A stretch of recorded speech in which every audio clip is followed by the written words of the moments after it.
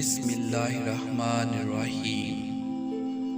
شروع کرتا ہوں اللہ کے نام سے جو نہایت مہربان رحم کرنے والا ہے۔ آثار ٹی وی کے ناظرین، ہماری آج کی داستان فرانس کے شہر پیرس سے 300 کلومیٹر کے فاصلے پر لڑا جانے والا معرکہ بلاد الشہداء سے متعلق ہے۔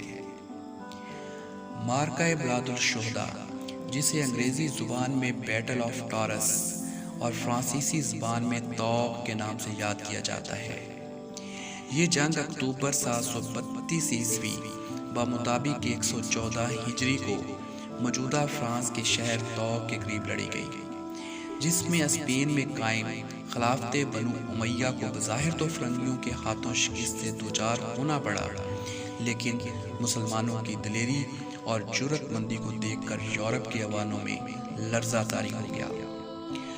اندلس کی فتح کے وقت سے مسلمانوں کی یہ خواہش تھی کہ وہ فرانس پر قبضہ کریں۔ فرانس پر باقاعدہ حملہ خلیفہ ہشام کے زمانے میں ہوا، جس کی بدولت مسلمان وسطی فرانس تک پیش قدمی کرنے میں کامیاب ہو گئے۔ معرکہ بلاد الشہداء کی فیصلہ کن لڑائی سے پہلے سن 107 ہجری میں امسا امیر اندلس نے غال پر لشکر کشی کی اور کرکشونا سے فرانسیسی فوج کو پسپا ہونے پر مجبور کر دیا۔ کرکشونا کی فتح سے خوف زدہ ہو کر سیپٹیمینیا نے بھی اطاعت قبول کر لی۔ سیپٹیمینیا کے بعد امسا نے دریائے رہون کی وادی کو روندتے ہوئے لیابس فتح کیا۔ اس کے بعد برگنڈی کا رخ کیا اور شہر بوٹن تک کے علاقے کو زیر و زبر کر دیا۔ اس دوران امیر امسا چند دیہاتیوں کے ہاتھوں زخمی ہو گئے، لہٰذا عروہ بن عبداللہ کو اپنا جانشین نامزد کر دیا۔ زخم کاری تھے جس سے وہ جانور نہ ہو سکے۔ یکے بعد دیگرے چند والیوں کا تقرر کیا گیا، لیکن بالآخر امیر عبد الرحمن بن عبداللہ الغافقی اندلس کے والی مقرر کیے گئے۔ یہ وہی عبد الرحمن الغافقی تھے جنہوں نے اپنی جنگی حکمت عملی سے طوق کے میدان میں 10 دن تک یورپ کی اتحادی افواج کو ورطۂ حیرت میں ڈال دیا۔ والی اندلس کی حیثیت سے امیر عبد الرحمن کا تقرر تاریخ اسلام کا نہایت ہی اہم واقعہ ہے۔ امیر عبد الرحمن ایک نہایت ہی اول عزم، حوصلہ مند، مدبر اور منتظم حکمران تھا۔ وہ عوام الناس کے مختلف طبقوں میں یکساں ہر دل عزیز تھا۔ اس نے حکومت اندلس کی تمام خرابیاں دور کر کے نظم و نسق کی اصلاح کی اور پھر فرانس کی باقاعدہ تسخیر کا منصوبہ بنایا۔ رضاکاروں، مجاہدوں اور باقاعدہ فوج پر مشتمل یہ لشکر، جس کی تعداد تقریباً 70,000 تھی، سن 114 ہجری بمطابق 724 عیسوی میں فرانس کی حدود میں داخل ہونے کے لیے روانہ ہوا۔ مسلمانوں کا اس سے زیادہ شاندار لشکر اور اس سے زیادہ قابل جرنیل ابھی تک فرانس کی حدود میں داخل نہیں ہوا تھا۔ دوران سفر اطلاع ملی کہ صوبیدار سرحد عثمان نے ایک فرانسیسی امیر ڈیوک آف ایکیٹن کی لڑکی سے شادی کر لی ہے اور بغاوت پر آمادہ ہے۔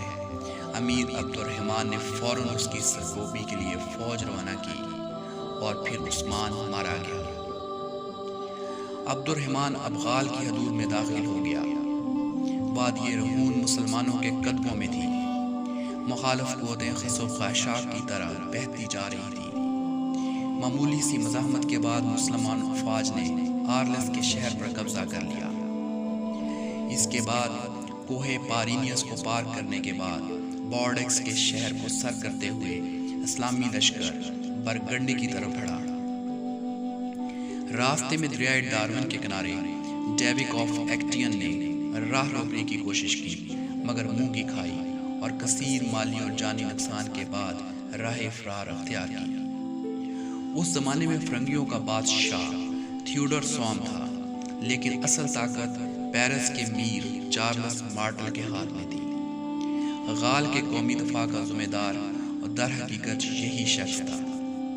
چنانچہ ایکٹن کے ڈیوک نے چارلس مارٹل سے امداد طلب کر لی۔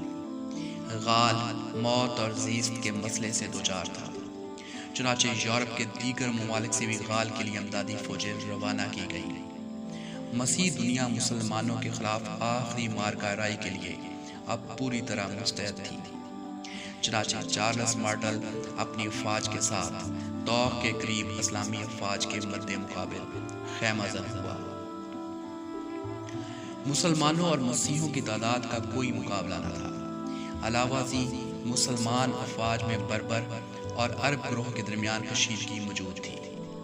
مال غنیمت کی فراوانی بھی انہیں جنگ سے جی چرانے پر مجبور کر رہی تھی، لیکن امیر عبد الرحمن نے اپنی پرتاثیر شخصیت سے کام لے کر فوج میں نئی روح پھونک دی اور مقابلہ آرائی کے لیے تیار کیا۔ ایک ہفتہ فوج آمنے سامنے پڑی رہی، لیکن امیر سے اب ضبط نہ ہو سکا۔ بڑھ کر حملہ کر دیا۔ صبح سے شام تک خون ریز جنگ ہوئی، مگر رات پھیل جانے کے سبب دوسرے دن تک ملتوی کر دی گئی۔ مسلمان بڑی بہادری اور خوش دلی سے میدان جنگ میں اترے تھے۔ انہیں اپنی فتح کا کامل یقین تھا۔ 7-8 روز تک چھوٹی چھوٹی جھڑپیں ہوتی رہی۔ 90 دن دونوں فوجوں کے درمیان صبح سے شام تک بڑی خوفناک جنگ ہوئی، لیکن یہ مارکہ آرائی بھی فیصلہ کن نہ تھی۔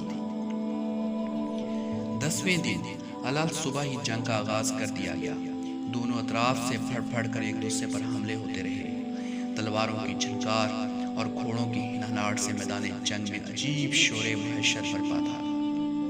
مسلمانوں کا پلہ بھاری تھا اور آثار دکھائی دے رہے تھے کہ مسیح فوج تک ہار کر اب میدان سے پسپا ہونے کو ہے کہ اچانک ایک شخص نے افواہ اڑا دی، مسلمانوں کا مال غنیمت خطرے میں ہے۔ مال غنیمت کے چھکڑے لدے ہوئے ساتھ تھے۔ سپاہی دوڑ کر اپنے خیموں پر ٹوٹ پڑے تاکہ مال غنیمت کی حفاظت کر سکے۔ اس افراتفری کو روکنے کے لیے امیر عبد الرحمن نے بڑی کوشش کی، لیکن بے سود۔ عین اس وقت جبکہ وہ اپنی افواج کو منظم کرنے میں لگے ہوئے تھے، ایک تیر آ کر انہیں لگا اور وہ گھوڑے سے نیچے گر گئے۔ امیر کی عدم موجودگی میں فوج میں ابتری پھیل گئی اور فتح کی امید جب ایک واہمہ بنتی نظر آئی تو بڑی تیزی سے یہ لشکر رات کی تاریکی میں جنوب کی طرف اپنے فوجی مرکز سیپٹیمینیا تک پسپا ہو گیا۔ صبح طلوع ہوئی تو میدان صاف اور خاموش پا کر مسیحی افواج حیران اور ششدر رہ گئی۔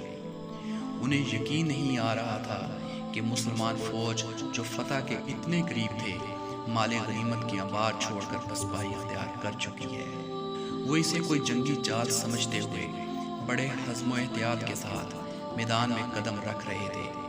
بہرحال چارلس مارٹل مسلمانوں کی طاقت سے اس قدر خوف زدہ تھا کہ اس نے طاقت کو مناسب نہ سمجھا اور اپنی افواج کے ساتھ شمال کی طرف واپس چلا گیا۔ مارکہ بلاد الشہداء اپنی اہمیت کے لحاظ سے دنیا کی 15 اہم جنگوں میں شمار کی جاتی ہے۔ یہ کہنا درست ہے کہ طوق کے میدان جنگ میں مسلمانوں نے دنیا کی حکومت کھو دی۔ اگر مسلمان کامیاب ہو جاتے تو آج یورپ کی تاریخ کا رخ کسی اور طرف ہوتا۔ فرانس کے بعد انگلستان یقیناً اسلامی حملے کی مزاحمت نہ کر سکتا اور یورپ آج نیلی آنکھوں والی سفید آریائی نسل کی بجائے سیاہ آنکھوں والی سامی نسل کا مسکن ہوتا۔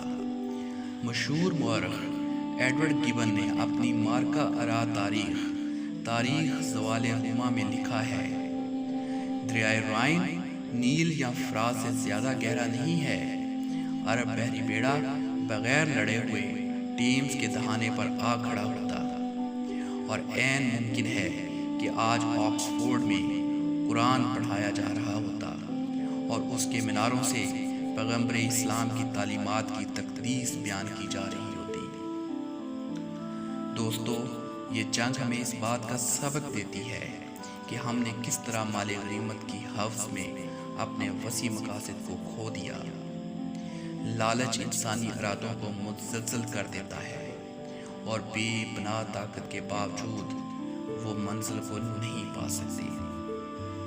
اسرار ٹی وی کے ناظرین، میرے چینل کو سبسکرائب کریں تاکہ ہر نئی آنے والی ویڈیو آپ تک پہنچ سکے۔ اپنا خیال رکھیے گا۔